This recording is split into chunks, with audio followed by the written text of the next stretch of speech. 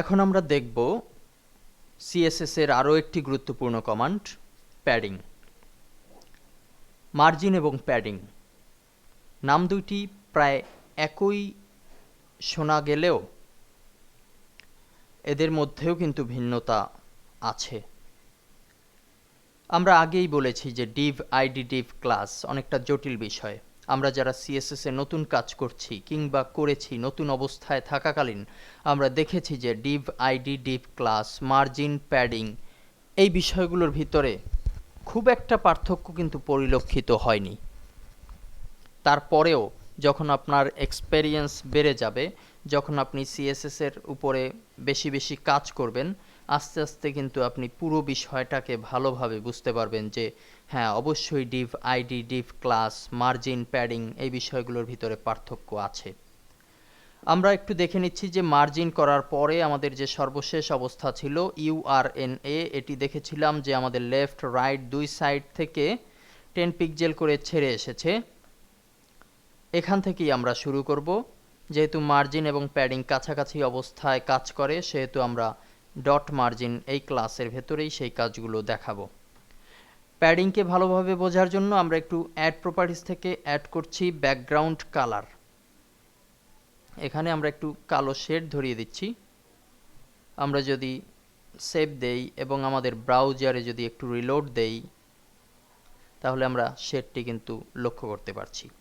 এবং শেডের দুপাশে আমরা যে দিয়েছিলাম মার্জিন 10 পিক্সেল 10 পিক্সেল, সেই বিষয়টি কিন্তু এখানে পরিলক্ষিত হচ্ছে। আমরা এখন প্যাডিং কমান্ড ব্যবহার করব ডট মার্জিনের ভেতরে। ব্যাকগ্রাউন্ড দেওয়ার অর্থ হচ্ছে এটি যে আমরা ব্যাকগ্রাউন্ড না থাকলে মার্জিন এবং প্যাডিংয়ের ডিফারেন্সটা বুঝতে পারবো না। কেননা মার্জিন যেভাবে লেফটে 10 পিক্সেল রাইটে 10 পিক্সেল জায়গা ছেড়ে এসেছে, প্যাডিংও একইভাবে ছেড়ে আসবে, তবে ভিন্নতা যতটুকু সেটি আমরা দেখতে পাবো ব্যাকগ্রাউন্ডের ভেতরে।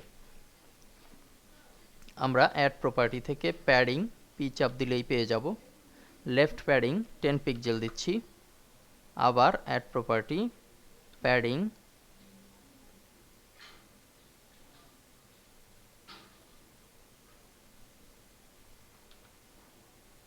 রাইট প্যাডিং প্যাডিং রাইট এটিও দিচ্ছি 10 পিক্সেল।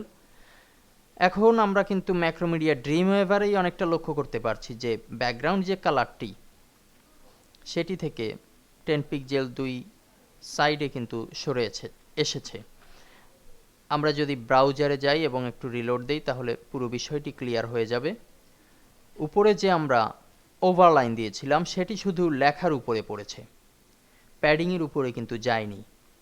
এবং আরও একটি বিষয় আমরা বুঝতে পারছি যে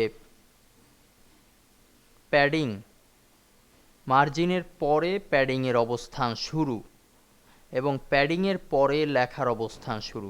একইভাবে রাইট সাইডেও দেখতে পাচ্ছি যে প্রথমে খালি জায়গা মার্জিন, তারপরে ব্যাকগ্রাউন্ডের শুরু যেটি হচ্ছে প্যাডিংয়ের শুরু, এরপরে লেখার শেষ।